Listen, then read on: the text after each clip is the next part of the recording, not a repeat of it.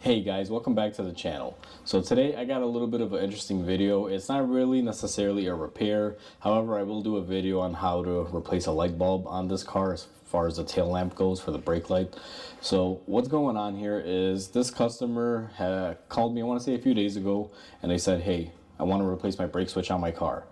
And I kind of asked a couple questions like, how'd you come to that conclusion, and what's going on with the car, what are the symptoms, this and that. And what they told me is that they took it to a parts store and they diagnosed the car with having a bad brake light switch, which to me is kind of odd because I'll be honest with you guys, I really hate parts stores that try to give people diagnostics. And then, like in this particular case, not only did they diagnose the car in air quotations because they really didn't, they don't know what they were talking about. They actually told her, you should be paying X amount at a mechanic. So it's kind of like they're divulging into a different territory because you don't see mechanics telling parts stores, oh, that part's $10. You're going to charge the customer $10. We don't do that. So they shouldn't be doing that to us. But anyway, regardless of the fact, that's a whole separate video on why parts stores that do this suck. But in this case, customer took the car to the parts store. They initially thought they needed brake lights, so they took it to the local parts store. They got the tail lights or the brake lights replaced. The store not only sold them the brake lights, but they actually put them in for them. And I don't know if they paid or if it was free, but I'm guessing it was some sort of free service. So they put the brake lights in, and guess what? Still no brake lights. And then they're like, hold on, let's go back inside. We're going to send one of our guys out there and they're going to diagnose it for you. So I'm assuming some random worker that, knows a little bit more about cars than whoever replaced the light bulbs for them, goes out and without any tools, without any equipment, guys, they just go ahead and diagnose this car saying, hey, you got a bad brake switch.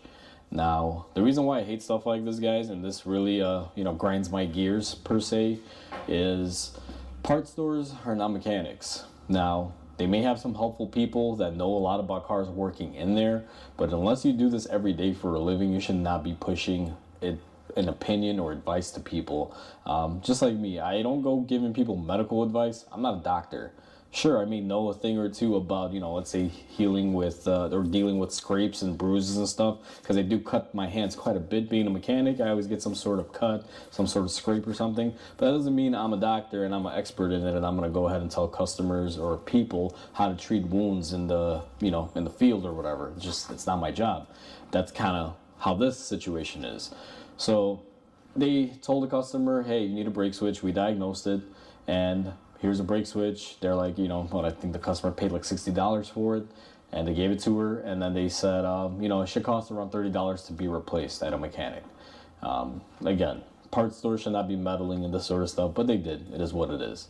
So customer calls me and says, hey, Mike, I took my car to this parts store. They replaced my brake lights. They diagnosed it. They said my brake switch is bad. I want you to replace it.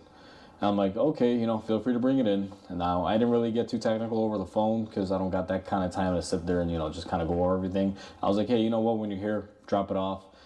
We'll talk, So they showed up this morning. They dropped the car off. It's right here behind me.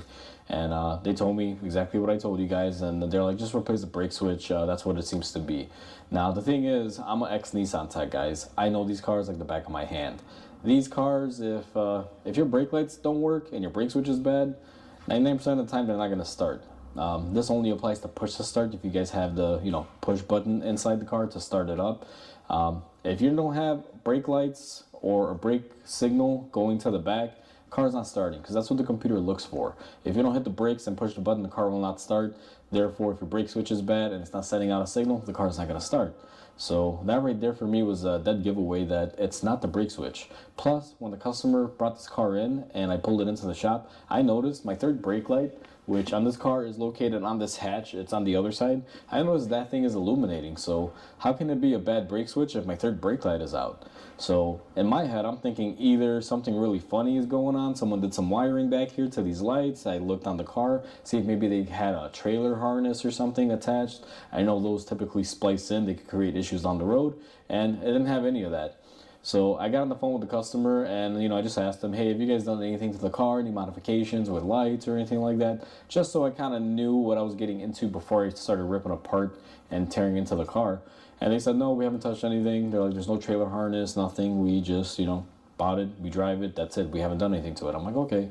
haven't done anything. All right, let me look at it. So I came back here and I went ahead and I removed my driver's tail light. Now I'm gonna zoom you guys in here so you guys can get a better view. So let me cut off the video for a quick second. I'll bring you right back. All right, guys, so we are on the driver's rear tail light assembly. So we went ahead and took this off. However, I will show you on the passenger side the step-by-step process on how to replace the brake lights or brake bulbs on this one. So that'll be in the next video coming out with this one.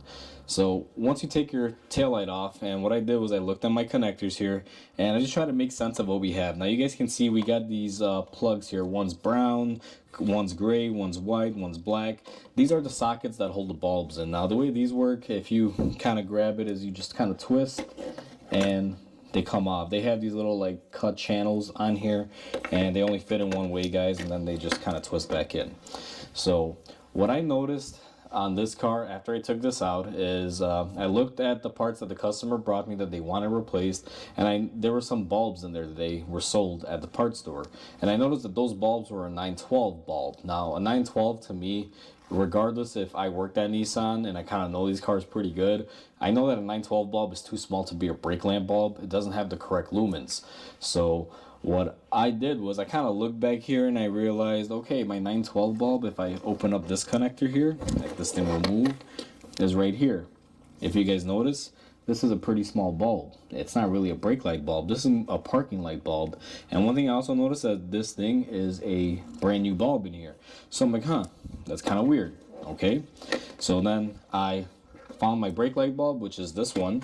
Now this is a 7443 bulb, guys. Now the number doesn't really matter because every car has different bulbs, but I just noticed that this is the brake light bulb. And I pulled out the old bulb, which I have right here in my hand, and I was just looking at it and I noticed that it has this kind of like dark mark here. Now sometimes that's normal, but sometimes that's when the bulb filament burns out, produces too much heat, kind of gives you that effect. And I kind of looked in here and the camera's not going to pick it up, but this is a dual filament bulb and one of the filaments was broken, and the parking brake light was still working on this bulb because this actually does parking brake lights. I'm sorry, not parking brake lights. It does parking lights and it also does the brake lights. So you get two functions in one bulb. When you turn on your lights, it dims the bulb so people can see you at night. And when you hit the brakes, it illuminates it nice and bright so people can see you when you hit your brakes.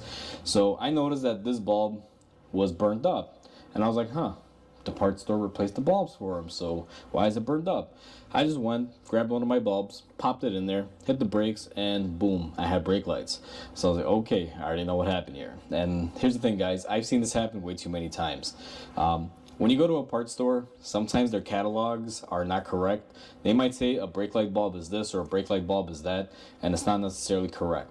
And that's the case in this one. So I'm gonna go ahead and put this back together here, and then I'm gonna come back on the camera and explain to you guys why this happens so often. Alright guys, so you guys just saw here that the issue with this car is nothing is wrong with it except someone replaced the wrong bulbs. Now one thing I will say about this, guys, is I'm going to go on a quick little rant here when it comes to parts stores. I kind of hate parts stores, and that's like a weird thing for me to say because I do business with a lot of the major parts stores around here. That's how I source my parts and get parts for the shop and customer cars too. But I hate the fact that on the consumer side, they do these little BS things like, give people diagnostics, and I say that with air quotations because all they're really doing is scanning a code telling you that, oh, this may be the part, or one of these 5 parts may be a possibility. You buy it, you put it on your car, it doesn't fix it, and then you're buying the next thing and the next thing. It's just a way for them to drum up more business. I tell people it's cheaper to pay a mechanic to diagnose your car, tell you exactly what's wrong, buy the part once, and call it a day.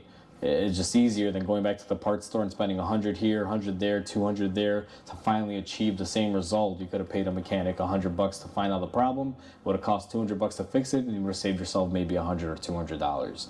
That's what's happening in this scenario. A customer paid like $20 or $30 for these bulbs.